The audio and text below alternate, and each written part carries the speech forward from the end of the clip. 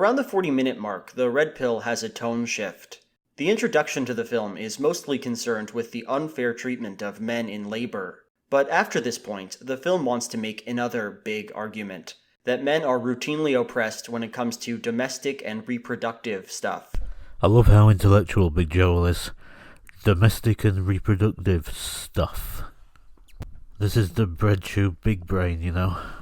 One of the points the film makes here is a good one. Even as there seems to be a movement in a more egalitarian direction, the family court system is still biased against men and continues to see mothers as the de facto better parent. Is there a movement in favour of egalitarianism, though? I mean, in any area where it wouldn't just benefit women, is there really such a movement? Because Big Joel is contrasting the family court system to everything else here, as if the family court system is the only place where no progress is being made, when in fact that's basically any area where men have a disadvantage, which is a lot of areas now. Like, are things getting more equal in education, or healthcare spending, or even the workplace issues from the first part of this video? The answer is no. So it's not just this one issue where actually egalitarianism isn't currently winning, isn't currently advancing. Interestingly enough, though, the film doesn't really center on this issue. After a survey of the family court problem, the movie begins to focus on a more general claim, that once a man impregnates a woman, or is told that he impregnated a woman, he loses all power. The power to abort, the power to keep the kid rather than put it up for adoption, the power to know if the kid is his, and yes, the power to have custody. Yeah, that's how it is, and family life is a big thing for most people. It's one of the fundamental rights in the UN Declaration of Human Rights, is a right to family life, so this is a major issue. This whole section of the movie is kinda strange. Like, in part 1, I talked about how the film structured its first set of arguments. First, it presented a legitimate problem. Second, it used that problem to further the narrative that men have it worse than women do. And third, it presented that point in such a way as to make it seem like the left and feminism couldn't care less about the issues men face. Yeah, that's pretty much the structure, and that's a good structure because, yeah, that's how you do it. You show, here's an issue, and here's the issue in its broader social context, and here is the feminist movement not doing anything about it because they're against equality. And that structure, on the face of it, was a problem. It was unnecessarily reductive and was divisive, and I don't think it led to very productive conclusions. I mean, it's divisive in the sense that it puts the blame where it belongs on feminism, which obviously, as a feminist, is not something that Joel is going to enjoy. But as I say, it's actually a very good way, a very straightforward way, to make the arguments. But there was something concrete there, right? A sense that there was a clear angle to the argument. Compared to the first section of the film, this part about paternal disempowerment feels a lot less pointed, a lot more complicated, and ultimately, a whole lot weirder. Around this time, the movie stops really caring about systematic issues or oppressions. Instead, it starts to use anecdotes and sentimentality to evoke the feeling that some great injustice has been done, regardless of whether one has or hasn't. Well, Joel didn't find the statistics in the first part convincing. And apparently he doesn't find actual stories of people's experiences convincing either. It's almost like he's just committed to not actually accepting any of these arguments. Let's look at some examples. First, we have a story from Harry Crouch about a woman who knowingly had 5 kids with a man who wasn't her husband. He tells this story with a lot of gravity, like, see how big a problem paternity fraud is? It ruined this family. It's pretty difficult to come up with statistics for something like paternity fraud, and it is, I think, a valid tactic to just show the sort of impact that it can have on people. The sort of impact that it has on people is why it's a big issue and why things should be done to combat that. And, paternity fraud is a really complicated topic. In the 90s, before DNA testing became widely available, if you were recognized as the child's father, there wasn't much you could do to get out of your parental obligation. And there are still places today that have presumption of paternity laws, where if you're married to, or in some cases even just in a common law relationship with the mother, then you become legally the father, regardless of biology or DNA. If the feminist movement was really about egalitarianism, then maybe they'd be trying to do something about that. And in France, for example, it's illegal to do paternity testing without the mother's permission, as it effectively is in many places. So yeah, if you really have suspicions and you want to go and get a court order, then you can potentially do that, but it's not exactly an easy or convenient process. Now, it is true that if you raise the non-bio kid as your own for a time, many courts will be less likely to sever your child support burden. You'll probably need proof of fraud, and you'll definitely need proof that you immediately cut off ties to the kid when you realized it wasn't yours. But this stuff is a strange balancing act for everybody involved. Fathers have to balance their concern and affection for the kid against the weight of their financial burden, and courts have to negotiate between fathers' rights and the best interests of the child. No. I mean, I'm not a big fan of child support in the first place, but if you have a system like child support that is meant to put the burden onto biological parents, then if you're not the biological parent, you just shouldn't pay it. It seems pretty simple to me. It's not really a horribly complicated issue as he's trying to imply. Maybe Big Joel would like the courts to just say, you know, there's a child here that needs support.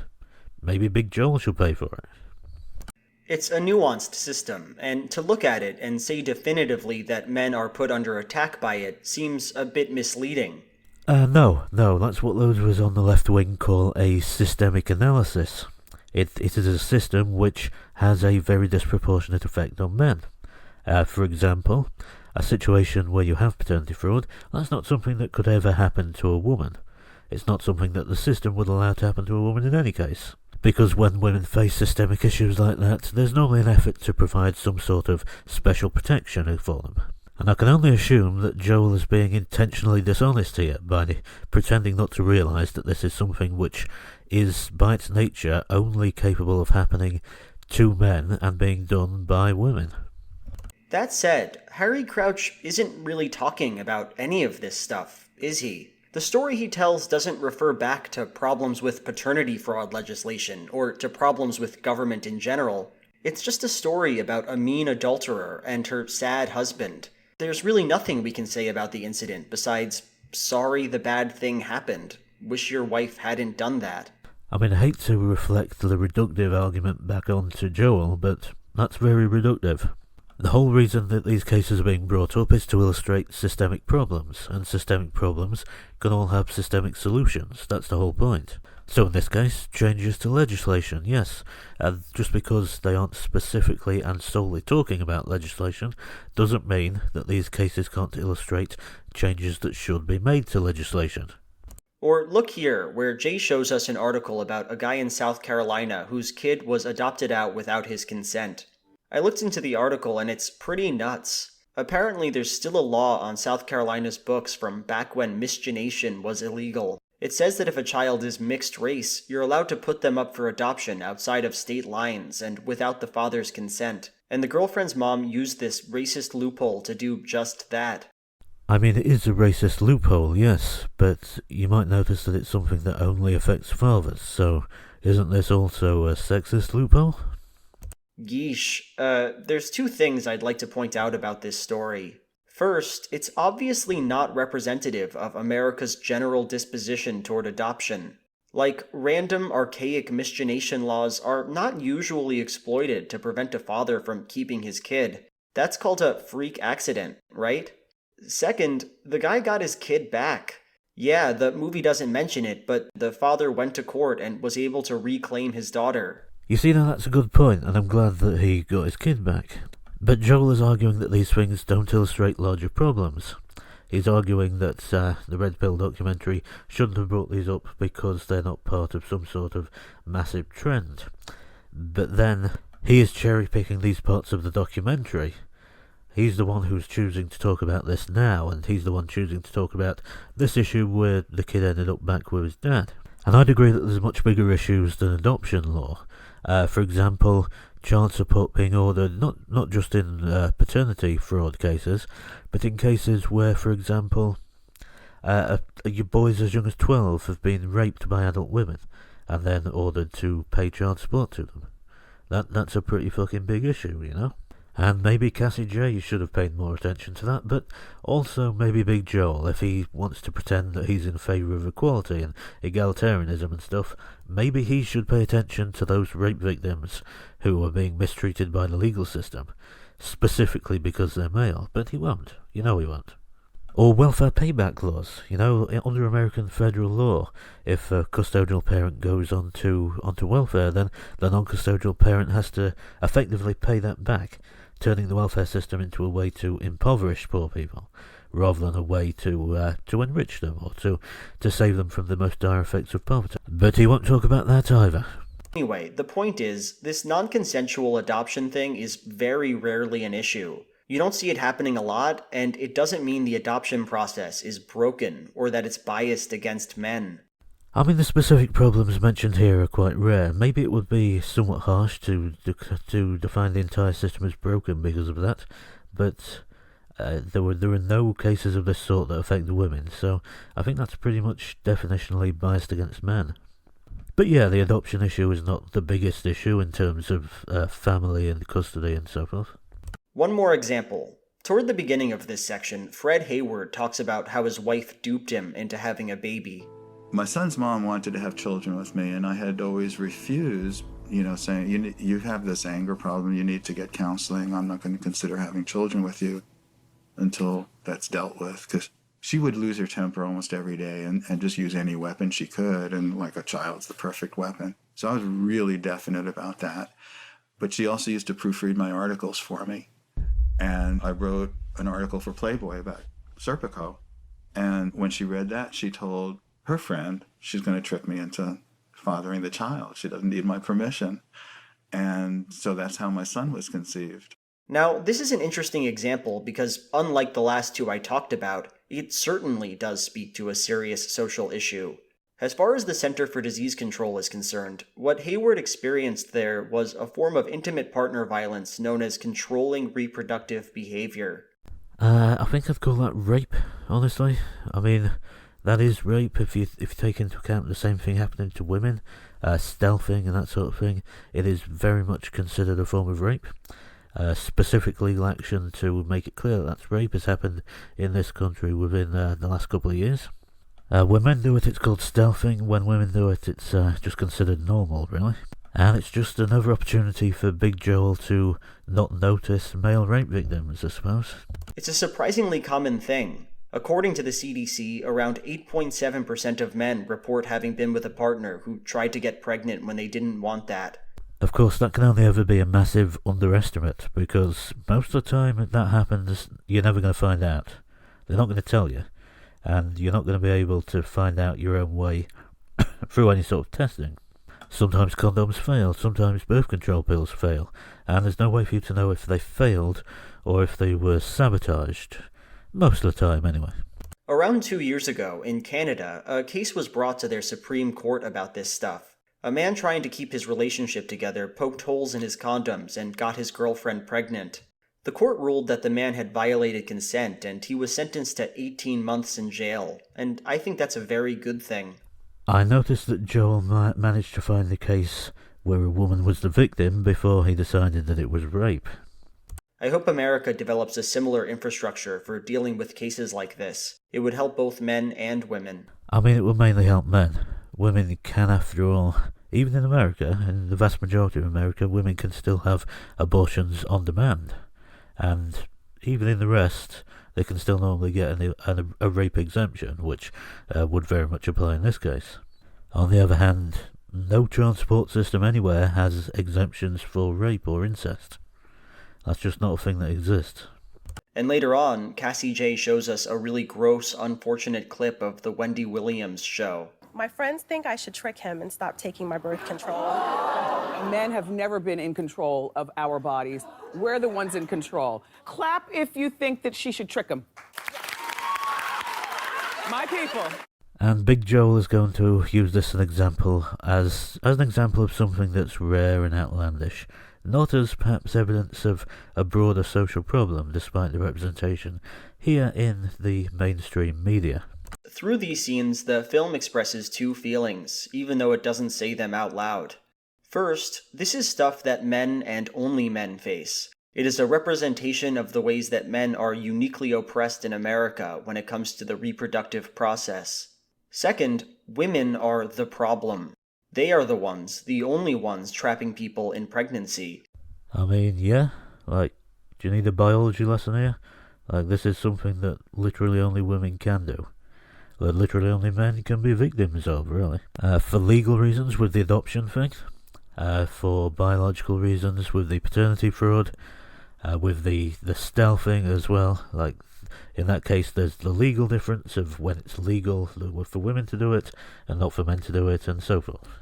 They are the ones taking advantage of a system that has no way to punish them. There is a persistent toxic narrative among women that they are entitled to male bodies and to the children those bodies can help produce. I mean, he's saying it over the clip that shows that it's true, and it's not just a social problem, it's a legal problem. It's a legal problem in terms of child support law and so forth. Yes, that is actually a right that women have to the fruits of men's labour and the struggles of their bodies. And if we look at the other examples I brought up, we can see how these feelings pervade this section of the film. Jay shows us those adoption articles, right? But of course, those aren't meant to get at some big social issue. There is no big social issue there to get at. I don't know how Joel has come to the conclusion that a documentary entirely about broader social issues that face men has a section that just isn't about that. Like, yeah, the reason that these cases are being brought up is because it illustrates a broader social problem, not specifically in relation to abortion law, but in relation to broader laws and social practices regarding parenthood and fatherhood and rights and so forth. Rather, these stories are there to remind the audience that women control children and that they use that power maliciously against men. No, the broader social issue is not that that does happen, but that there's a legal framework that allows that to happen, which also provides a potential solution, because you can just change the law to make that not possible anymore. Specific remedies, you know? She at least has the choice. Okay, so first off, this is the moment when I started to have pretty big doubts that Jay was ever a feminist, or at least ever a thoughtful feminist. She's got pretty solid credentials, unlike Big Joel, who apparently just thinks that he ought to be able to decide who's a feminist or who was a feminist. And obviously by this point Cassie J isn't anymore, and Big Joel thinks that's unacceptable, so he's appointed himself the feminist voice. Is that ironic? A male feminist deciding whether women are allowed to be feminists or not? She says women may have tough choices, but at least they have a choice. But, there's a whole lot of women in America who don't have a choice in whether or not they will have a child. Poor women, especially those living in red states, often find it impossible to get an abortion. Yeah, it's true, women don't have the perfect opportunity to have whatever choice they want. But the problem is that the women he's bringing up who don't have a choice are a minority of women, and they find themselves in the same position as all men. Yes, it's unfortunate that there are a disadvantaged minority of women in that position, but they're only in the same position as every single man. But all Joel can see is that, hey, some women have it worse than other women, so we need to make sure that all women have the perfect amount of choice before we consider giving men any choice at all. Very feminist position, and the whole point of the men's rights movement's position on this issue is that men should have choice as well, not just women. There are numerous regulations that state governments have put in place to make them harder to access, and there are 5 states that literally only have 1 clinic. And how many states are there that give men a choice? A choice in, say, child support? How many states have a law of legal paternal surrender? How many states even have an exemption for raped 12-year-old boys from paying child support? I know the answer is 0, and I know that Big Joel doesn't care. This isn't some obscure issue. Female reproductive rights problems are something that most people know about. Yeah, and that's the issue here. That's what the documentary is trying to do. It's trying to also raise awareness of the similar but more widespread problems that affect men as potential fathers. So for Jay to presuppose every woman's right to choose is frankly disturbing. In the context of American politics, at the time the film was made, there was literally a constitutional right for women to have an abortion. and no similar right for men. And the fact is that women can still exercise that right in pretty much any part of America, with the exception of a few states even now. For men, it's a very different situation. But what's more, I find this line super interesting because it totally goes against everything the film was arguing for earlier. See, in its first section, the red pill makes one argument very clearly, that just having a choice isn't inherently liberating. No, not having a choice is worse than having a choice. Having a choice that you can't realistically exercise is a problem. Not having a choice at all is a bigger problem. It feels like this ought to be a pretty simple thing to get your head around. People have the right to not work. Men have the right to not work dangerous jobs, but they might find that economic and social conditions effectively coerce them into making a different choice. The point of the first part of the documentary, or the part that was covered by the first part of Big Joel's video, is that that's still bad. Just having a legal right to make that choice isn't enough on its own. However, slavery would be worse.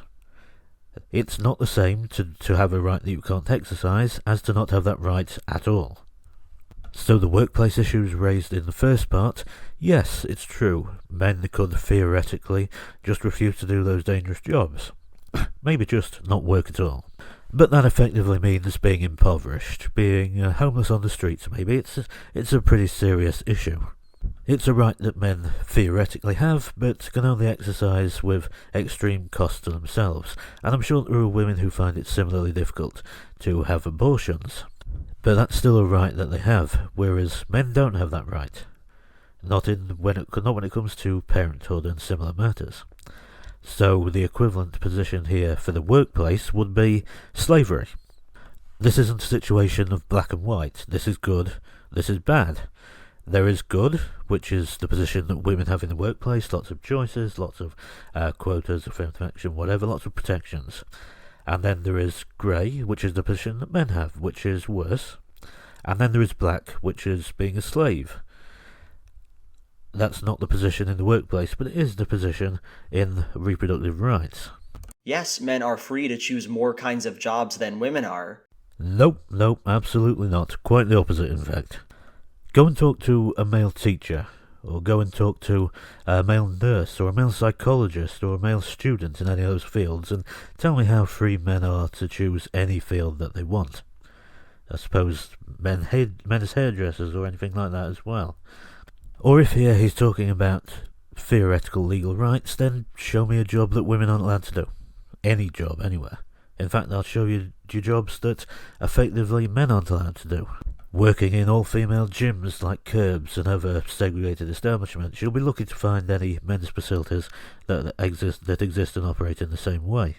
They have a greater power to become construction workers and coal miners and soldiers. No, they actually have less choice to avoid those jobs. Men have, on average, less educational attainment in the Western world today, and hence less access to less unpleasant fields of work. Along with less opportunity to be a house husband, say, and work in a way that someone else actually does the paid work and they can then just do something else. It's not lack of opportunity that's stopping women from shoveling shit. It's an opportunity to avoid those things. Women get to choose what happens to babies, and so they are the privileged class. There's no consideration of the fact that women being obliged to take care of children might impact them negatively sometimes. I think this is an example of hypoagency, the idea that women are always passive and not able to make choices, because the reality is that these are choices that women make, not coerced choices either. There is no obligation in the modern world for a woman to look after children. Women are not forced to take maternity leave, or to reduce the hours that they work after giving birth. In fact, both men and women want to work less. The difference is that women actually have that opportunity, while men don't. Nor are women forced to take custody in the event of a separation or divorce or any other custody dispute. They could quite simply work and give up custody, but they don't want to do that, and I don't blame them. That's a pretty bad decision. But it's also not a decision that's freely made. The film never discusses how women are more likely to be single parents, how single parents are more likely to be poor, how the burden of being a primary caretaker isn't always fun. But again, these are all things that are chosen, and not just things that are chosen, but things that are preferred. Women prefer this role and have no actual obligation to undertake this role. And that's the difference between the position of men and women in this case. Women generally get what they prefer. The choice that women get to make is the choice that they prefer to make. The choice that men get to make is the choice that they would prefer not to make. When it comes to men, choices can be bad when they lead to negative outcomes, and so they represent male oppression. When it comes to women, though, choices are an unquestioned good regardless of the outcome, and so they also represent male oppression. So again, having a choice is better than not having a choice. Having a choice that you're coerced into making is still better than not having a choice at all. And the choice that women have in regard to childcare is far freer and more freely made than the choice that men have in respect to going into difficult and dangerous lines of work. All it cares about is the conclusion. Men are disadvantaged on every level. Again, it's weird to see someone like Big Joel from the BreadTube crowd, who apparently doesn't understand basic systemic analysis. For example, certain demographic groups, men, black people, are more likely to commit crime. They choose to commit those crimes, but it's not a choice that's made in a vacuum. It's, according to systemic analysis, the system causes those decisions to be made. And that's about the limitations of what choice can be. But it's still better to have a choice than to not have a choice at all. It's better to have a system that coerces people into making a choice. It's better to have black people and men going into worse lines of work than to have them being slaves who have no choice about their line of work.